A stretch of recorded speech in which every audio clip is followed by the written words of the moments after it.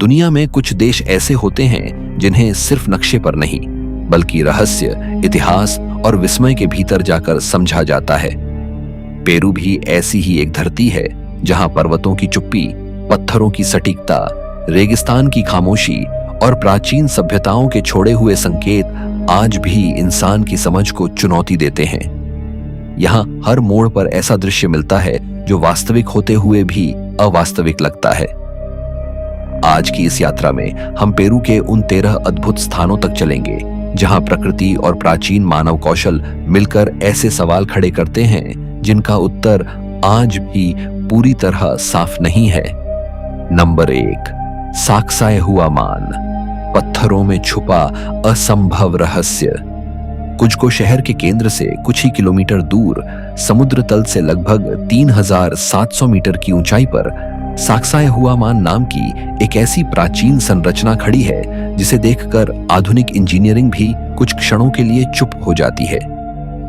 पहली नजर में यह एक विशाल पत्थरीला दुर्ग लगता है, लेकिन जैसे जैसे आंखें उसकी दीवारों पर टिकती हैं, वैसा वैसा यह जगह एक साधारण किला नहीं बल्कि एक अनुत्तरित पहेली में बदलने लगती है। यहाँ प्रयुक्त चूना पत्थर के कई विशाल खंड इतने बड़े हैं कि उनका वजन 100 टन से भी ऊपर माना जाता है। सबसे हैरानी की बात यह नहीं कि वे इतने बड़े हैं, बल्कि यह है कि उन्हें दूर की चट्टानों से लाकर ऊंची ढलानों पर चढ़ाकर फिर बिना किसी लोहे, बिना पहिए, बिना आधुनिक मशीन और बिना सीमेंट के इस तरह जोड़ा गया कि 500 साल बाद भी उनके बीच एक कागज तक नहीं डाला जा सकता। इन दीवारों की बनावट सीधी नहीं बल्कि टेढ़ी मेढ़ी जिगजैग शैली में है, जो दूर से देखने पर किसी विशाल नाग की देह जैसी प्रतीत होती है। 3 स्तरों में फैली यह पत्थर की व्यवस्था 400 मीटर से भी अधिक दूरी तक जाती है और कहीं कहीं इसकी ऊंचाई 9 मीटर के आसपास पहुंचती है।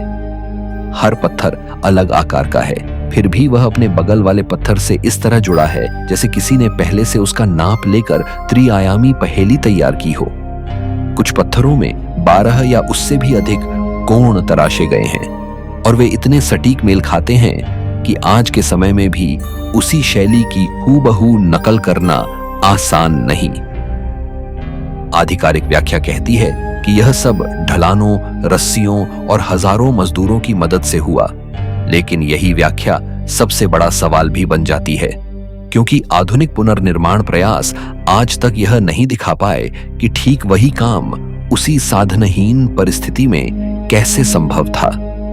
स्पेनिश इतिहासकारों ने जब इस स्थान को पहली बार देखा तो उन्होंने लिखा कि यह मनुष्यों का काम नहीं लगती। कुछ ने तो इसे दानवों का निर्माण तक कहा, क्योंकि वे मान ही नहीं पा रहे थे कि इतने विशाल और सटीक पत्थर किसी प्राचीन सभ्यता ने जोड़े होंगे। साक्साय हुआ मान की सबसे गहरी विशेषता यह है कि यह किसी एक रहस्य पर नहीं टिका बल्कि कई परतों में सवाल उठाता है। इसे केवल रक्षा के लिए बनाया गया था या इसका कोई धार्मिक और खगोलीय महत्व भी था? इतनी ऊंचाई पर इतने भारी पत्थर पहुंचाए कैसे गए? और सबसे महत्वपूर्ण, क्या इंका सभ्यता के पास ऐसा कोई व्यावहारिक ज्ञान था जिसे इतिहास ने पूरी तरह दर्ज ही नहीं किया? यही वजह है कि साक्साय हुआ मान सिर्फ एक पुरातात्विक स्थल नहीं बल्कि पेरू की रहस्यमयी यात्रा का पहला द्वार है। यहां खड़े होकर ऐसा लगता है कि पत्थर बोलना चाहते हैं, लेकिन उनकी भाषा अभी तक पढ़ी नहीं जा सकी। नंबर 2, विनिकुंका, जब पहाड़ रंगों में जाग उठता है। पेरू के एंडीज पर्वतों के बीच 5000 मीटर से अधिक ऊंचाई पर स्थित विनिकुंका ऐसा स्थान है जिसे पहली बार देखकर मन यह स्वीकार ही नहीं करना चाहता कि यह प्रकृति का काम है। दूर से यह कोई साधारण पहाड़ नहीं बल्कि रंगों की ऐसी परतदार दीवार प्रतीत होता है जैसे किसी ने धरती पर एक विशाल चित्र उकेर दिया हो। इसकी ढलानों पर लाल, पीला, हरा, फिरोजी, सफेद और बैंगनी जैसी छायाएं एक के बाद एक इस तरह फैली हैं कि पूरा पर्वत किसी जीवित इंद्रधनुष का स्थिर रूप लगने लगता है। इसी कारण इसे दुनिया भर में 7 रंगों वाला पहाड़ कहा जाता है। विज्ञान इसकी व्याख्या खनिजों, लोहे के ऑक्सीकरण, अलग अलग प्रकार की मिट्टी और लाखों वर्षों की भूगर्भीय प्रक्रियाओं से करता है। तकनीकी रूप से यह स्पष्टीकरण सही है, लेकिन वास्तविक अनुभव किसी वैज्ञानिक वाक्य में समेटा नहीं जा सकता। विनिकुंका तक पहुंचने का रास्ता आसान नहीं। ऊंचाई के कारण सांसें भारी हो जाती हैं, जमीन असमतल रहती है और शरीर हर कदम पर याद दिलाता है कि वह ऐसी जगह के लिए नहीं बना।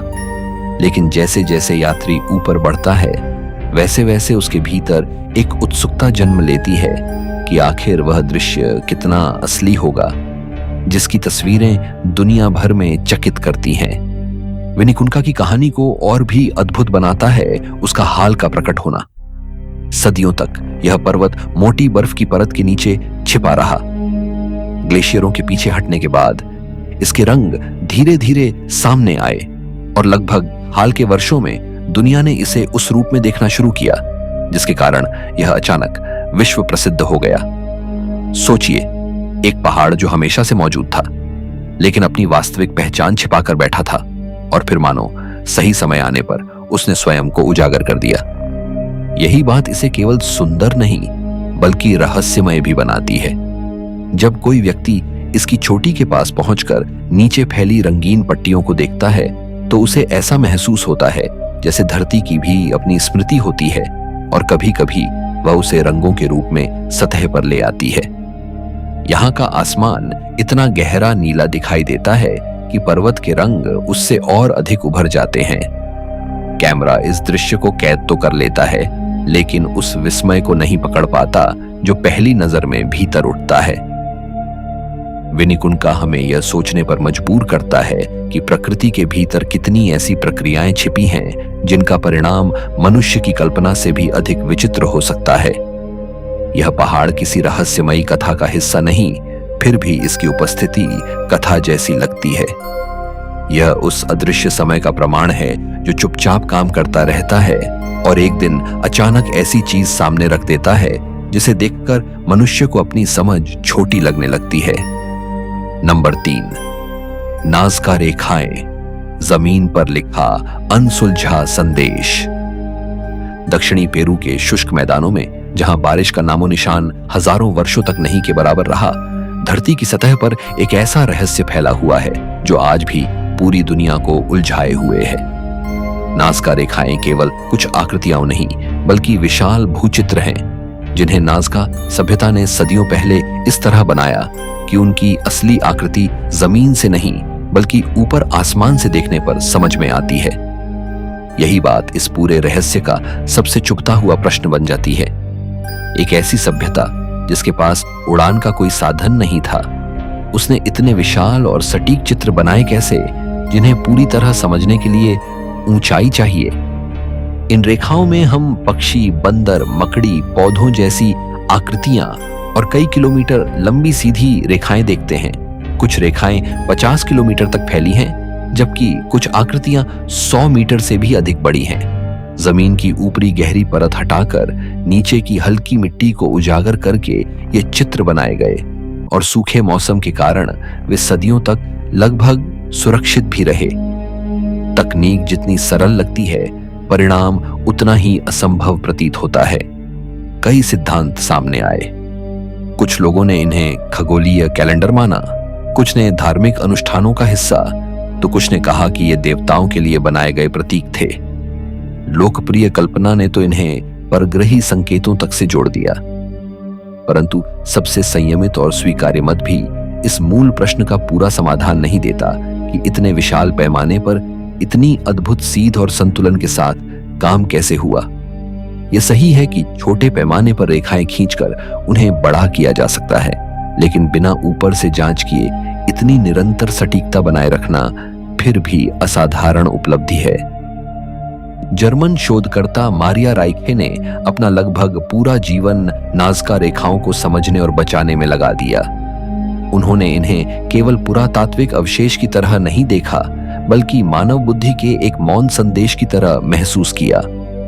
वर्षों तक उन्होंने इस क्षेत्र की रक्षा की ताकि वाहन और अतिक्रमण इन रेखाओं को नष्ट न कर दें। उनके समर्पण से यह स्पष्ट होता है कि नाज़का केवल अतीत का अवशेष नहीं, बल्कि मानव जिज्ञासा का स्थायी प्रश्न है। इन रेखाओं को देखने का अनुभव भीतर एक अजीब खामोशी छोड़ जाता है। ऊपर से जब यह धरती किसी मानचित्र की तरह खुलती है, तब महसूस होता है कि प्राचीन लोग केवल जीते नहीं थे, वे अपने विचारों को पृथ्वी पर इस पैमाने पर लिखते भी थे कि आने वाली सभ्यताएं उन्हें देखकर चकित रह जाए। नाज़का रेखाएं शायद किसी संदेश की तरह हैं, लेकिन वह संदेश किसके लिए था, यही रहस्य अब तक बचा हुआ है। यही कारण है कि यह स्थान पेरू के सबसे बड़े अनसुलझे चमत्कारों में गिना जाता है।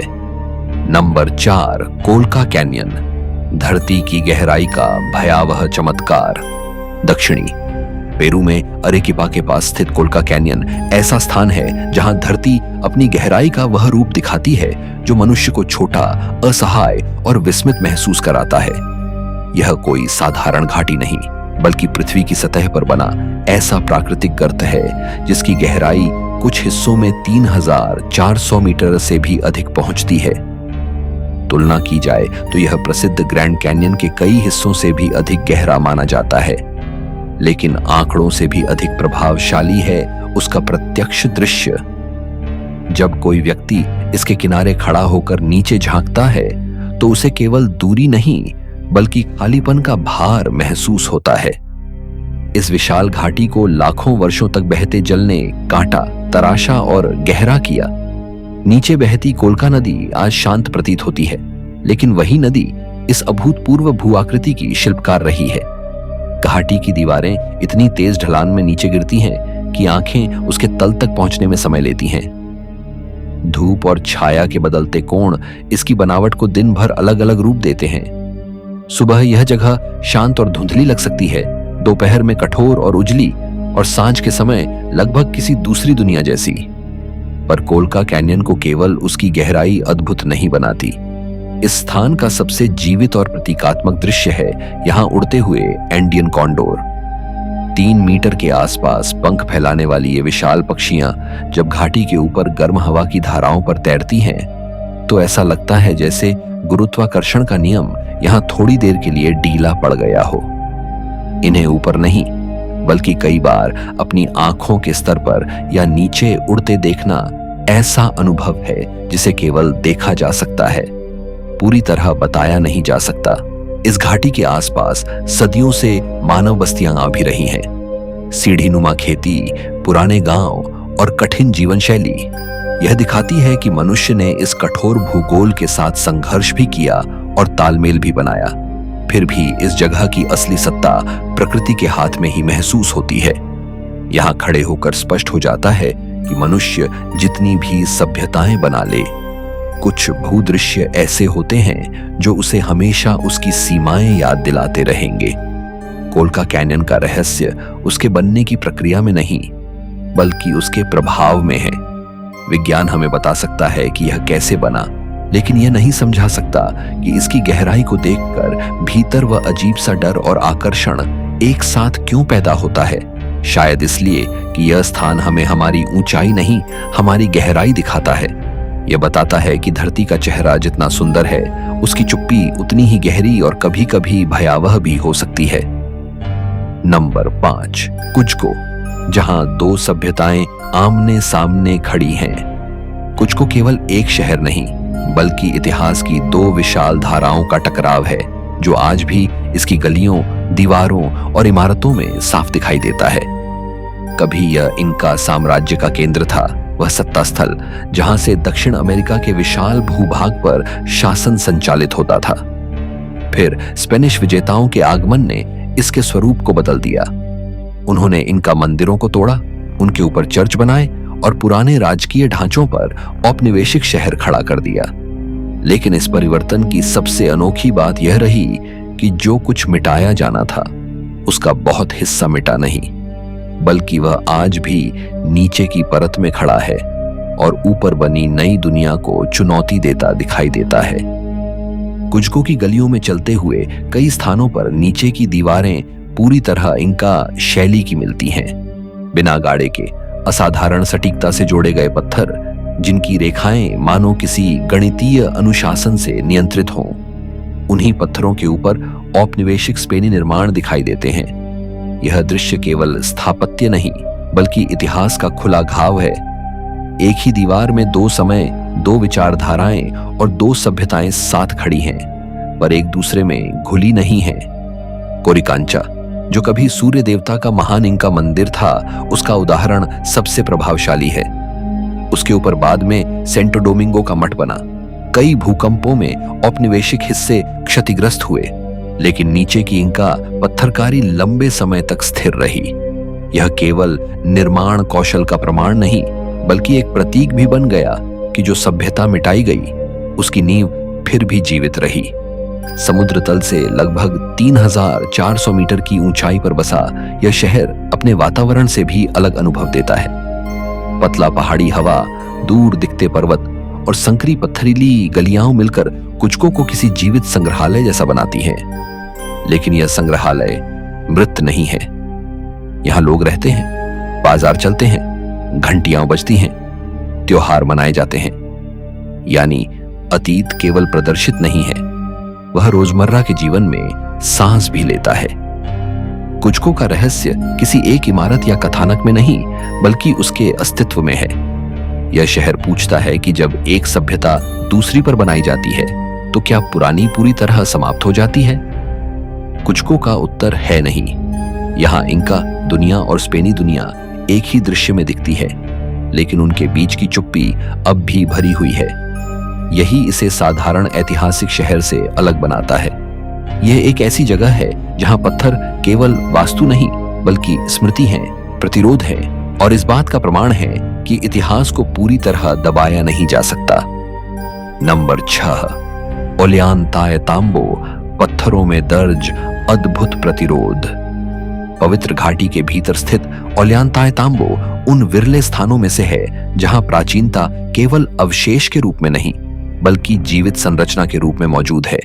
यह एक ऐसा इंका नगर है जिसकी मूल शहरी योजना, जल नहरें और गलियां आज भी किसी न किसी रूप में उपयोग में हैं। कई सदियों से आबाद यह स्थान पहली नजर में शांत पहाड़ी बस्ती जैसा लग सकता है, लेकिन जैसे ही दृष्टि ऊपर उठती है और पहाड़ी ढलानों पर छड़ी विशाल संरचनाएं दिखाई देती हैं, यह जगह तत्काल रहस्य और शक्ति के केंद्र में बदल जाती है। यहाँ का सबसे चमत्कारी भाग है ऊंचाई पर बनी वह पत्थर संरचना, जिसमें गुलाबी पत्थर के विशाल एकाश्म खंड फिट किए गए हैं। इनका वजन 50 से 70 टन के बीच माना जाता है। अधिक अद्भुत यह है कि ये पत्थर उसी पहाड़ी पर नहीं मिले थे। उन्हें नदी के दूसरी ओर स्थित खदानों से लाया गया। यानी पहले उन्हें उतारकर नीचे तक लाया गया होगा, फिर नदी पार कराई गई होगी और फिर लगभग 200 मीटर या उससे अधिक की ढलान पर ऊपर चढ़ाया गया होगा, बिना पहिए, बिना लोहे, बिना क्रेन। यही वह बिंदु है जहां ओलियांतायताम्बो केवल पुरातात्विक रुचि का विषय नहीं, बल्कि प्राचीन इंजीनियरिंग की चुनौती बन जाता है। पत्थरों की जोड़ाई इतनी सटीक है कि यह केवल बल का नहीं, अत्यंत सुविचारित योजना का परिणाम लगती है। कई शोधकर्ता मानते हैं कि यहाँ जो अधूरापन दिखाई देता है वह भी उतना ही महत्वपूर्ण है, क्योंकि उससे निर्माण प्रक्रिया के बारे में संकेत मिलते हैं। फिर भी अंतिम उत्तर आज तक नहीं मिला कि इतने कठिन भूगोल में यह सब कैसे संभव हुआ। ओलियांतायताम्बो का महत्व केवल निर्माण तक सीमित नहीं। 16वीं शताब्दी में यही वह स्थान था जहां इंकाओं ने स्पेनियों के विरुद्ध एक उल्लेखनीय सैन्य विजय प्राप्त की। उन्होंने जल नहरों का उपयोग करके घाटी के हिस्सों को डुबो दिया, जिससे घुड़सवार सेना की गति रुक गई। यह विजय लंबे समय तक नहीं टिक सकी, लेकिन इसने यह साबित कर दिया कि इंका सभ्यता केवल भव्य निर्माण करने वाली जनता नहीं थी, वह सामरिक बुद्धिमत्ता और भू परिस्थिति के प्रयोग में भी निपुण थी। इस स्थान की सबसे गहरी अनुभूति यह है कि यहाँ हर पत्थर में श्रम के साथ साथ इरादा भी दिखता है। ये शहर और दुर्ग जैसे मिलकर एक ही कथा कहते हैं कि कोई सभ्यता पराजित होकर भी छोटी नहीं हो जाती। ओलियांतायताम्बो आज भी प्रतीक्षा करता हुआ प्रतीत होता है, मानो उसके ऊपरी पत्थरों में अभी भी कोई अनकहा रहस्य बंद हो। यहाँ खड़े होकर लगता है कि इतिहास पूरी तरह बीत नहीं गया, उसका एक हिस्सा अभी भी इन ढलानों पर जड़ जमाए बैठा है। नंबर 7, उरोस द्वीप, पानी पर बसी आजादी की दुनिया। टिटिकाका झील के विस्तृत जल में तैरते उरोस द्वीप दुनिया की सबसे विचित्र और सबसे मानवीय रचनाओं में गिने जा सकते हैं। समुद्र तल से लगभग 3800 मीटर की ऊंचाई पर स्थित यह झील स्वयं में ही अद्भुत है, क्योंकि इसे विश्व की सबसे ऊंची नौगम्य झीलों में गिना जाता है। पर इसके भीतर बसे ये कृत्रिम द्वीप इस पूरी जगह को लगभग अविश्वसनीय बना देते हैं। सोचिए, जमीन नहीं बल्कि सरकंडेनुमा टोटोरा, घास की परतों पर बना हुआ एक ऐसा संसार जहां घर हैं, रास्ते हैं, नावें हैं और पीढ़ियों से चलती हुई जीवन पद्धति है। उरोस लोगों ने इन तैरते द्वीपों को आवश्यकता और स्वतंत्रता दोनों के कारण विकसित किया। जब बाहरी शक्तियों का दबाव बढ़ा, तब जल पर बस जाना एक रणनीति बन गया। टोटोरा की मोटी जड़ों और परतों को काटकर, बांधकर और ऊपर ऊपर नई परतें जोड़कर ये प्लेटफॉर्म तैयार किए जाते हैं। क्योंकि नीचे की घास समय के साथ सड़ती रहती है, इसलिए ऊपर नई परतें लगातार डाली जाती हैं। यानी ये द्वीप बने बनाए स्थायी भूभाग नहीं, बल्कि निरंतर देखभाल से जीवित रखे जाने वाले तैरते घर हैं। इन द्वीपों पर चलने का अनुभव अलग ही होता है। जमीन ठोस नहीं लगती, हल्का सा लोचदार कंपन महसूस होता है, जैसे धरती स्वयं सांस ले रही हो। शुरुआत में यह अनुभूति अस्थिर कर सकती है, पर धीरे धीरे यही एहसास इस जीवन शैली की अद्भुतता का बोध कराता है। यहाँ टोटोरा केवल निर्माण सामग्री नहीं, भोजन, ईंधन, औषधि और नाव बनाने का आधार भी है। यानी पूरा जीवन उसी वनस्पति के इर्द गिर्द घूमता है जिस पर द्वीप खड़े हैं। दूर तक फैला नीला जल, शांत हवा और ऊपर विशाल खुला आसमान, इन सब के बीच उरोस द्वीप किसी लोक कथा का अंश लगते हैं। फिर भी यह कल्पना नहीं, बल्कि कठोर अनुकूलन और सामाजिक बुद्धिमत्ता का परिणाम है। आधुनिक दुनिया जहां स्थायित्व को मजबूत कंक्रीट से जोड़ती है, वहां उरोस जीवन यह दिखाता है कि टिके रहने के लिए कभी कभी तरलता ही सबसे बड़ा उपाय होती है। इन द्वीपों का रहस्य तकनीकी नहीं, बल्कि मानवीय है। कैसे एक समुदाय ने असुरक्षा को सृजन में बदल दिया, कैसे जल, घास और सामूहिक श्रम से पूरी जीवन व्यवस्था खड़ी कर दी। यही प्रश्न इन्हें असाधारण बनाता है। उरोस द्वीप हमें बताते हैं कि सभ्यता केवल पत्थरों से नहीं बनती। कभी कभी वह पानी पर भी तैर सकती है और फिर भी सदियों तक बनी रह सकती है। नंबर 8, पीसाक, पहाड़ों के बीच छुपा शांत रहस्य। पवित्र घाटी में स्थित पीसाक उन स्थानों में से है जो धीरे धीरे अपना प्रभाव छोड़ते हैं।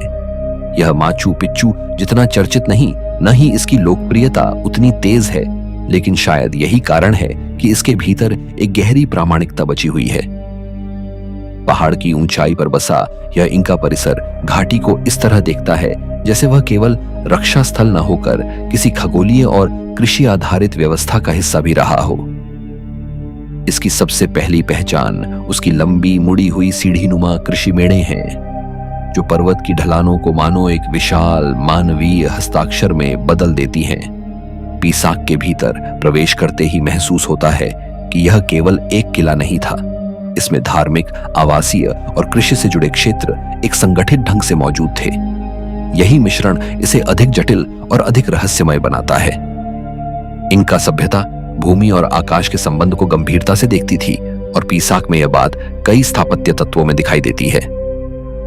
यहाँ का इंटिहुआताना, जिसे अक्सर सूर्य स्तंभ या प्रतीकात्मक खगोलीय पत्थर कहा जाता है, विशेष महत्व रखता है।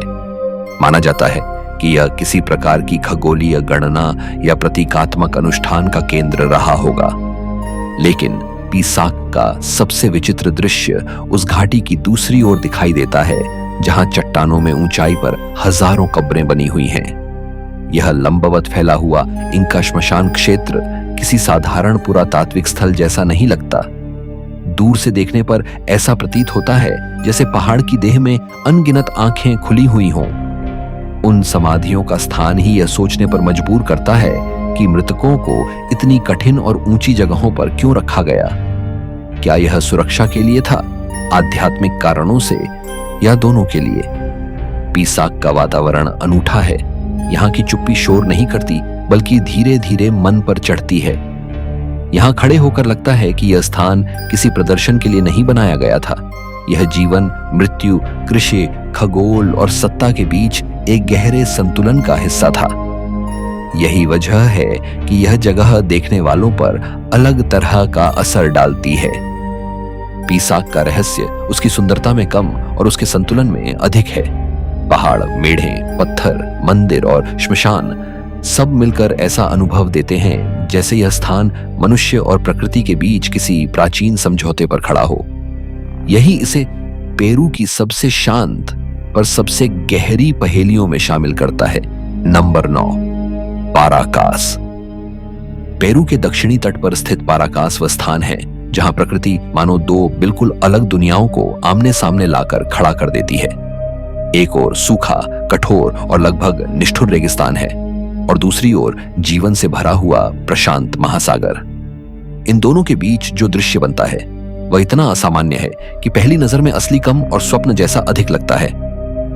ऊंचे रेतीले टीलों से उतरते हुए किनारे, लालिमा लिए समुद्री तट, खड़ी चट्टानें और उनके नीचे चमकता जल। पाराकास का हर दृश्य किसी दूसरे ग्रह जैसा आभास देता है। यह क्षेत्र दक्षिण अमेरिका के सबसे शुष्क हिस्सों में आता है।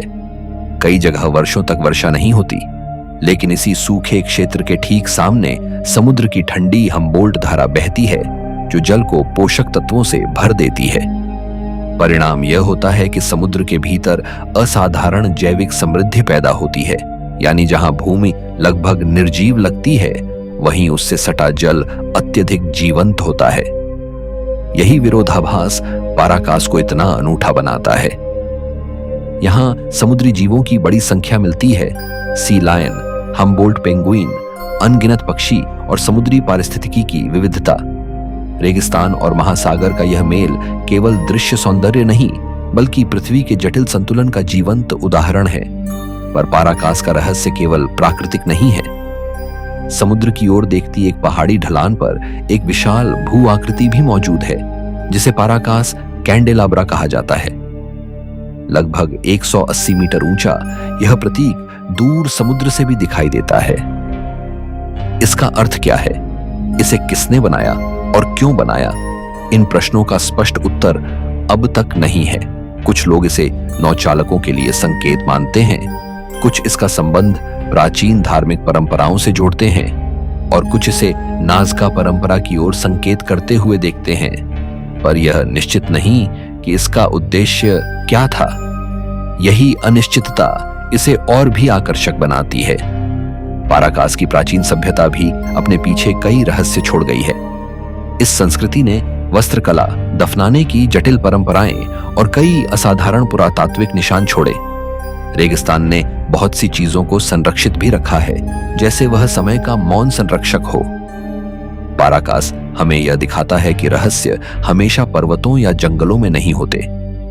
कभी कभी वे उस सीमा रेखा पर मिलते हैं जहां दो असंभव लगने वाली दुनिया एक दूसरे को छूती हैं। यहां खड़े होकर लगता है कि पृथ्वी ने जानबूझकर विरोधाभासों से यह दृश्य बनाया है, ताकि मनुष्य उसे देखकर कुछ क्षणों के लिए अपनी सारी निश्चितताओं पर संदेह करे। नंबर 10, ताम्बोपाता। पेरू के दक्षिण पूर्वी भाग में, जहां एंडीजस की अंतिम ढलानें धीरे धीरे अमेजन के विशाल समतल वन में घुल जाती हैं, ताम्बोपाता एक ऐसी दुनिया के रूप में सामने आता है जो जीवन की घनता से लगभग अभिभूत कर देती है। यह कोई साधारण जंगल नहीं, बल्कि जैव विविधता का ऐसा केंद्र है जहां हर दिशा में, हर परत में, हर ध्वनि में जीवन मौजूद है। यहाँ की मिट्टी, जल, वृक्षों की ऊंचाई, हवा की नमी और अंधेरे की गहराई तक सब कुछ इस एहसास से भरा है कि मनुष्य यहाँ मुख्य पात्र नहीं, केवल एक आगंतुक है। ताम्बोपाता राष्ट्रीय संरक्षित क्षेत्र लाखों एकड़ प्राथमिक वर्षावन को समेटे हुए है। यहाँ पक्षियों, तितलियों, मछलियों, स्तनधारियों और असंख्य कीटों की इतनी विविधता दर्ज की गई है कि यह पृथ्वी के सबसे समृद्ध पारिस्थितिक क्षेत्रों में गिना जाता है। लेकिन आंकड़े केवल संख्या बताते हैं, अनुभव नहीं। वास्तविक अनुभव तब शुरू होता है जब कोई व्यक्ति घने जल मार्गों से नाव में आगे बढ़ता है और उसे लगता है कि जंगल केवल बाहर नहीं, चारों ओर से उसे घेरे हुए हैं। तांबोपाता की रात विशेष रूप से विस्मयकारी होती है। अंधेरा यहां शहरों जैसा खाली नहीं होता, बल्कि ध्वनियों से भरा हुआ होता है। कहीं कीट, कहीं दूर कोई पक्षी, कहीं पानी के पास हलचल, कहीं पत्तियों के बीच कोई अदृश्य उपस्थिति, मानो अंधेरे ने हजारों आवाजों को एक साथ जगा दिया हो। यह अनुभव सुंदर भी है और बेचैन करने वाला भी, क्योंकि यह तुरंत याद दिलाता है कि मानव सभ्यता की रोशनी से दूर जीवन कितनी अलग लय में चलता है। झील सांदोवाल इस क्षेत्र की सबसे प्रभावशाली जगहों में गिनी जाती है। घने वन से घिरी यह झील ऐसे शांत दर्पण की तरह लगती है जिसमें ऊपर का आकाश और किनारों की हरियाली घुलकर एक रहस्यमयी चित्र बना देते हैं। यहाँ विशाल ऊदबिलाव, काले केमैन और अनेक दुर्लभ जीव देखे जा सकते हैं। सुबह जब धुंध झील की सतह पर तैरती है और धीरे धीरे सूर्य का प्रकाश उस पर गिरता है, तब ऐसा लगता है जैसे समय धीमा पड़ गया हो। तांबोपाता का सबसे प्रसिद्ध दृश्य है मकाओ पक्षियों का मिट्टी की चट्टानों पर इकट्ठा होना। सैकड़ों रंग बिरंगे पक्षी एक साथ उतरते हैं और खनिज युक्त मिट्टी खाते हैं। यह दृश्य जितना रंगीन है उतना ही अविश्वसनीय भी। इस जगह का रहस्य किसी खोई हुई सभ्यता में नहीं, बल्कि जीवित प्रकृति की उस अतिरिक्त शक्ति में है जिसे देखकर मनुष्य समझता है कि पृथ्वी की सबसे बड़ी चमत्कारी संरचनाएं हमेशा पत्थर से नहीं बनती। कभी कभी रहस्य वहां होता है जहां जीवन इतना अधिक होता है कि उसे पूरी तरह समझना ही असंभव हो जाता है। तांबोपाता उसी जीवित, सांस लेती, परिभाषा से बाहर दुनिया का नाम है। नंबर 11, लगूना हुमानताए। एंडीज की ऊंचाइयों में स्थित लगूना हुमानताए उन दुर्लभ स्थानों में से है जिन्हें देखकर सबसे पहले मन यही कहता है कि ऐसा रंग प्राकृतिक नहीं हो सकता। समुद्र तल से 4200 मीटर से अधिक ऊंचाई पर स्थित यह झील अपने अद्भुत फिरोजी जल के कारण विश्व भर में प्रसिद्ध है। लेकिन तस्वीरों में जो दिखाई देता है वह भी उसके वास्तविक प्रभाव का केवल एक हिस्सा है। जब कोई व्यक्ति कठिन चढ़ाई के बाद अचानक इस झील को सामने खुलते हुए देखता है, तब उसका पहला भाव अक्सर शब्दों में नहीं उतरता। इस झील का जल आसपास के हिमनदों के पिघलने से आता है। पर्वतों की बर्फ धीरे धीरे पिघलकर खनिज और बारीक हिमनदीय कण अपने साथ लाती है, जिनकी वजह से पानी में वह अनोखा नीला हरा रंग उभरता है। विज्ञान के लिए यह एक स्वाभाविक भू रासायनिक प्रक्रिया है, पर आंखों के लिए यह किसी चमत्कार से कम नहीं। झील के पीछे उठता बर्फीला पर्वत, उसके सामने शांत जल और बीच में ठंडी ऊंचाई की हवा, यह पूरा दृश्य इतना संतुलित और असली से परे लगता है कि मनुष्य कुछ क्षणों के लिए केवल देखता रह जाता है। यहां तक पहुंचने का रास्ता आसान नहीं। ऊंचाई के कारण सिर भारी हो सकता है, सांसें टूट सकती हैं और शरीर बार बार विश्राम मांगता है। शायद यही कठिनाई इस दृश्य को और भी प्रभावशाली बनाती है, क्योंकि जब सौंदर्य श्रम के बाद मिलता है तो उसका असर अधिक गहरा हो जाता है। आखिरी मोड़ के बाद जैसे ही झील सामने आती है, ऐसा लगता है जैसे किसी ने पहाड़ों के बीच एक दर्पण रख दिया हो जिसमें आकाश खुल गया हो। स्थानीय लोगों के लिए यह केवल सुंदर झील नहीं, बल्कि पवित्र स्थान है। आसपास के पर्वतों को जीवित आध्यात्मिक सत्ता की तरह देखा जाता है। कई लोग यहाँ अर्पण चढ़ाते हैं, प्रार्थना करते हैं और इस जगह को प्रकृति की शक्ति के रूप में अनुभव करते हैं। यही कारण है कि हुमानताए का अनुभव केवल दृश्य नहीं, भावनात्मक भी होता है। लगूना हुमानताए का रहस्य इस बात में है कि यह हमें प्रकृति की व्याख्या और प्रकृति के अनुभव के बीच का अंतर समझाती है। हम जान सकते हैं कि इसका रंग क्यों है, पानी कहां से आता है, भूगर्भीय प्रक्रिया क्या है, लेकिन यह ज्ञान उस अचंभे को समाप्त नहीं कर पाता जो इस झील को देखकर जन्म लेता है। इसीलिए यह स्थान केवल एक पर्यटन स्थल नहीं, बल्कि उन दुर्लभ क्षणों में से एक है जब पृथ्वी अपनी सुंदरता के माध्यम से मानव समझ की सीमा दिखा देती है। नंबर 12, हुआकाचिना। दक्षिणी पेरू के इक्का क्षेत्र में शुष्क रेगिस्तानी विस्तार के बीच हुआकाचीना ऐसा दिखता है जैसे किसी यात्री की प्यास ने उसे कल्पना में गढ़ लिया हो।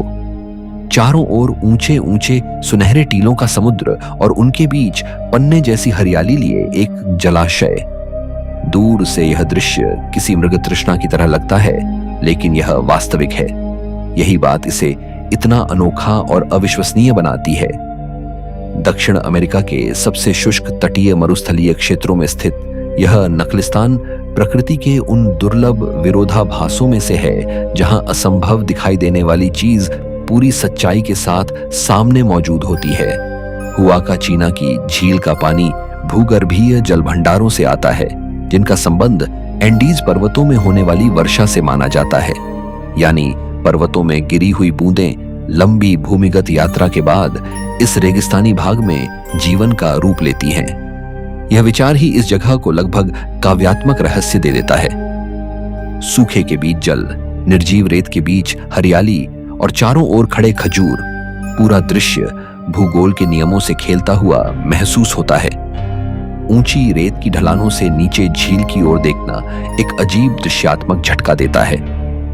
मस्तिष्क कुछ क्षणों के लिए यह तय नहीं कर पाता कि वह रेगिस्तान देख रहा है या किसी उष्णकटिबंधीय विश्राम स्थल का दृश्य। शाम के समय जब ढलती रोशनी टीलों को नारंगी और सुनहरे रंग में रंग देती है और झील आकाश के रंगों को पकड़ने लगती है, तब हुआकाचीना का दृश्य और भी अलौकिक हो उठता है। इस नखलिस्तान से जुड़ी एक स्थानीय कथा भी है, जिसमें कहा जाता है कि यह किसी इंका राजकुमारी का छोड़ा हुआ जल दर्पण है। चाहे कथा ऐतिहासिक सत्य न हो, लेकिन यह इस स्थान के भावात्मक प्रभाव को अच्छी तरह दर्शाती है, क्योंकि हुआकाचीना वास्तव में किसी दर्पण जैसा ही है। वह रेगिस्तान के भीतर प्रकृति की असंभव क्षमता को प्रतिबिंबित करता है। आधुनिक समय में पानी के स्तर को बनाए रखने के लिए मानवीय हस्तक्षेप भी हुआ है, जिससे यह स्पष्ट होता है कि यह नखलिस्तान उतना सहज नहीं जितना दिखता है। फिर भी उसका मूल प्रभाव वैसा ही है। हुआकाचीना हमें याद दिलाता है कि पृथ्वी कभी-कभी ऐसे दृश्य रचती है जो इतने विरोधाभासी होते हैं कि वे वास्तविकता की हमारी समझ को अस्थायी रूप से रोक देते हैं। यह केवल सुंदर नहीं, बल्कि चौंकाने वाला है। यह वह जगह है जहां रेगिस्तान अचानक स्वीकार करता है कि उसके भीतर भी जीवन का एक छिपा हुआ दिल धड़कता है। Number 13, Machu Picchu. Machu Picchu का नाम आते ही दुनिया के सबसे प्रसिद्ध प्राचीन स्थलों में से एक की छवि सामने आती है, लेकिन इसकी लोकप्रियता उसके रहस्य को कम नहीं करती, बल्कि और गहरा कर देती है। एंडीज पर्वतों की ऊंचाई पर लगभग 2430 मीटर ऊपर बादलों और हरियाली के बीच बसी यह इंका नगरी किसी साधारण निर्माण का परिणाम नहीं लगती। यह ऐसा प्रतीत होता है जैसे पर्वत ने स्वयं अपने माथे पर एक शहर उगा लिया हो। नीचे से यह जगह लगभग अदृश्य है, और यही उसकी सबसे पहली चकित कर देने वाली विशेषता है। 20वीं सदी की शुरुआत में जब बाहरी दुनिया की नजर फिर से इस स्थल पर पड़ी, तब यह घने वनस्पति आवरण के बीच छिपा हुआ था। लेकिन सवाल यह नहीं कि इसे बाद में किसने देखा। असली प्रश्न यह है कि इसे मूल रूप से वहां बनाया ही क्यों गया। यह इंका शाही आश्रय था, धार्मिक केंद्र था, खगोलीय वेधशाला था, या इन सब का संगम। इतिहास ने अभी तक इसका एक अंतिम उत्तर नहीं दिया। माचू पिच्चू की वास्तुकला असाधारण है। पत्थरों की जोड़ाई, सीढ़ी नुमा कृषि मेढ़ें, जल निकासी और जल प्रणाली, इन सब में ऐसी कुशलता दिखाई देती है जो इस कठिन भौगोलिक स्थिति को देखते हुए और भी अधिक प्रभावशाली हो जाती है। यहाँ का सूर्य मंदिर विशेष महत्व रखता है। कहा जाता है कि शीत अयनांत के समय उगते सूर्य की पहली किरण उसके विशेष झरोखे से होकर बिल्कुल नियत स्थान पर गिरती है। यदि यह सच है तो यह केवल वास्तु कौशल नहीं, बल्कि खगोल और आध्यात्मिकता के सूक्ष्म संयोजन का प्रमाण है। सबसे अद्भुत बात यह है कि स्पेनिश विजेता इस स्थान तक कभी नहीं पहुंचे। इसका अर्थ यह है कि यह शहर साम्राज्य के पतन के बाद भी लंबे समय तक पहाड़ों की गोद में छिपा रहा। फिर इसे क्यों छोड़ा गया? महामारी, राजनीतिक संकट, रणनीतिक बदलाव या कोई धार्मिक कारण? इस विषय में कई मत हैं, पर निर्णायक उत्तर आज भी नहीं। सुबह सुबह जब बादल नीचे घाटी में तैरते हैं और उनके ऊपर से माचू पिच्चू की पत्थरीली रूपरेखा उभरती है, तब यह अनुभव किसी दृश्य से अधिक एक उद्घाटन जैसा लगता है। यह स्थान बताता है कि प्राचीन मनुष्य केवल निर्माण नहीं करता था, वह प्रकृति को पढ़ता भी था और उसके भीतर अपनी जगह चुनता भी था। माचू पिच्चू का रहस्य केवल इसकी सुंदरता में नहीं, बल्कि उसके मौन में है। इतने वर्षों बाद भी यह हमें अपनी पूरी कथा नहीं बताता। शायद यही कारण है कि यह दुनिया के सबसे अधिक देखे जाने वाले स्थलों में होने के बावजूद आज भी अनुत्तरित लगता है। यह पेरू की यात्रा का अंतिम पड़ाव नहीं, बल्कि सबसे बड़ा प्रश्न है। क्या हम वास्तव में उन सभ्यताओं को समझ पाए हैं जिनके सामने आज भी आधुनिक दुनिया विनम्र होकर खड़ी हो जाती है? आज के वीडियो में इतना ही। पेरू की यह धरती केवल सुंदर नहीं, बल्कि सवालों से भरी हुई है। ऐसे सवाल जिनका उत्तर कभी पत्थरों में छुपा है, कभी पहाड़ों के रंगों में, कभी रेगिस्तान की खामोशी में और कभी बादलों के ऊपर बसे किसी भूले हुए शहर में। अगर यह यात्रा आपको रहस्यमयी लगी, तो अगली यात्रा में फिर मिलेंगे एक और ऐसी जगह के साथ, जहां दुनिया दिखती कुछ और है और होती कुछ और।